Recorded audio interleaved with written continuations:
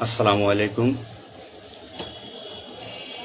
আমি আজকে আপনাদের সামনে কিছু গুরুত্বপূর্ণ কথা এবং কিছু অনুমেয় কষ্ট এগুলো বলার জন্য এসেছি। আমি একজন পুলিশ সদস্য।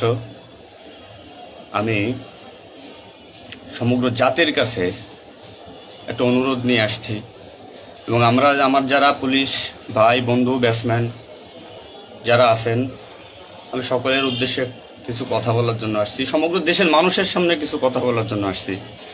যারা আজকে এই নতুন স্বাধীনতা যারা অর্জন করেছে, যে সমস্ত ছাত্ররা মারা গেছে, সাধারণ মানুষ মারা গেছে, সর্বস্তরের জনগণ যারা মারা গেছে, আমি তাদের প্রতি সমবেদনা এবং দুঃখ প্রকাশ করছি। এবং আমার যারা পুলিশে যারা মারা গেছেন যে সমস্ত ভাইয়েরা, তাদের প্রতি আমার সমবেদনা, তাদের পরিবারের জন্য আমার সমবেদনা। তো আমরা নিম্নপদস্থ কর্মকর্তারা যারা ডিপার্টমেন্টে চাকরি করি, আমাদের আদেশ মানতে হয়, নির্দেশ শুনতে হয়।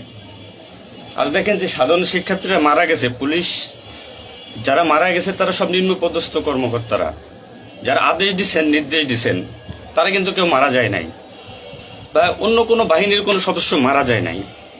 তো এখানে একটা প্রশ্ন থেকে যাবে, পুলিশ কেন, পুলিশ কেন হয়? Police is so called. Police আজকে দেশের জাতীয় ভিলেন। এই পুলিশ সর্বপ্রথম ৭১-এর মুক্তিযুদ্ধের সময় রাজাকার বাহিনীর বিরুদ্ধে প্রথম কাউন্টার অ্যাটাক রাজারবাগ থেকে দিয়েছিল। আর সেই গৌরবময় ইতিহাস উজ্জ্বল পুলিশের আর জাতীয় ভিলেনে পরিণত করেছে কিছু স্বার্থান্বেষী মহল। আমাদের পুলিশের কিছু স্বার্থবাদী পুলিশ কর্মকর্তারা, যারা বড় বড় চেয়ারে বসে, বড় বড় জায়গায় বসে আমাদেরকে ব্যবহার করে তাদের স্বার্থ উদ্ধার করছে। আজ এতগুলো মানুষ মারা গেছে। আমি একজন পুলিশ, এর বাইরে আমি একজন ছাত্র ছিলাম। পড়ালেখা শেষ করে আমি চাকরিতে ঢুকছি। এটা আমার অপরাধ না।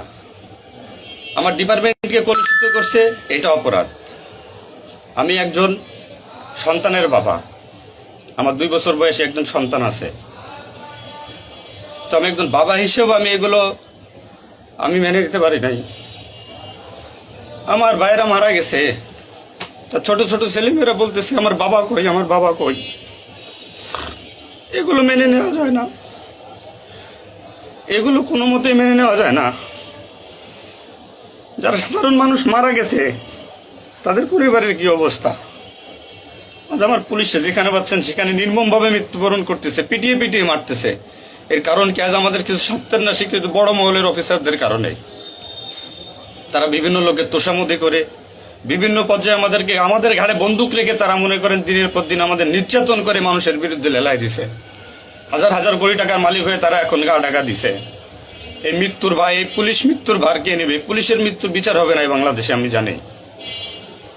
কিন্তু যারা এই নির্দেশদাতা, যারা এই নির্দেশ দিয়েছেন, তাদের প্রত্যেকের বিচার হবে।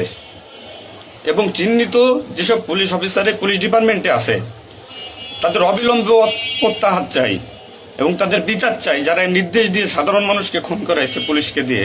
আচ্ছা, এতগুলো পুলিশ মারা গেছে, এই সম্পূর্ণ দায়ভার এই ডিপার্টমেন্টের অফিসারদের নিতে হবে। কোন অফিসার দেখছেন রাস্তায় মারা গেছে? মারা যায়নি। তারা নির্দেশ দিয়ে সরে গেছে, পুলিশকে সামনে ঠেলে দিয়ে। এটা হত্যাকাণ্ড। এই হত্যাকাণ্ডের বিচার আমি চাই। সমগ্র পুলিশ ডিপার্টমেন্টের এই হত্যাকাণ্ডের বিচার চাই। অবিলম্বে সব দুর্নীতিবাজ পুলিশ কর্মকর্তাদের অব্যাহতি দিয়ে তাদের শাস্তির আওতায় আনতে হবে। এই পুলিশ হত্যার দায়, এই পুলিশ হত্যার বিচার তাদের দিয়ে করতে হবে। আমি জানি না আমার এই কথা বলাতে আমার কি হবে না হবে, আমি সে পরোয়া করি না। আমি শঙ্কিত সেই পরিবার নিয়ে, যারা মারা গেছে, তাদের ফ্যামিলি, তাদের বউ বাচ্চাগুলো এতিম হয়েছে।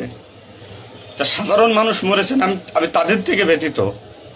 নির্মমভাবে অত্যাচার করছে, এগুলো মেনে নেওয়ার মতো না। আমি সবাইকে অনুরোধ করব, আমার ভাই বন্ধু যারা আছেন, আমি কোনো উস্কানিমূলক কথা বলতে এখানে আসি নাই।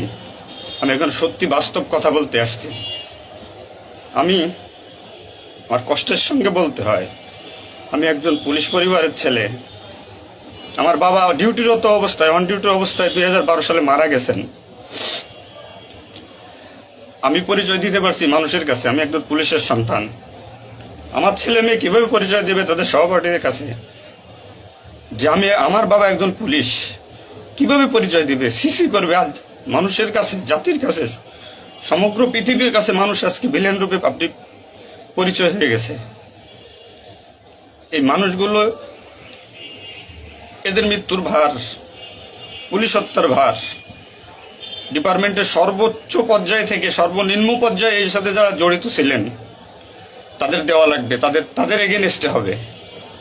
প্রত্যেকটা পুলিশ সদস্য আজ বাইরে বেরোতে ভয় পাচ্ছে, মৃত্যুর ভয়। এখনো অনেক জায়গায় আমি নিউজ পাইলাম সকালবেলা, অনেকে পুলিশ মরে গেছে, তার কোনো হদিস নাই। এখন অনেকে আটকা আছে, সবাই প্রাণ ভয়ে, আজ পুলিশ প্রাণ ভয়ে লুকাচ্ছে। কিসের জন্য? আপনাদের কারণে, আপনাদের স্বার্থ উদ্ধারের কারণে পুলিশকে ব্যবহার করছেন প্রত্যেকটি ক্ষেত্রে। এটা আর কেউ মেনে নিতে পারলো, আমি ব্যক্তিগতভাবে মেনে নিতে পারবো না। প্রত্যেকে দায়ভার নিতে হবে আপনাদের। আজ নির্বিকারে যতগুলো মানুষ মারছেন, আজ এই মৃত্যুর সামিল আমি থাকতে পারি।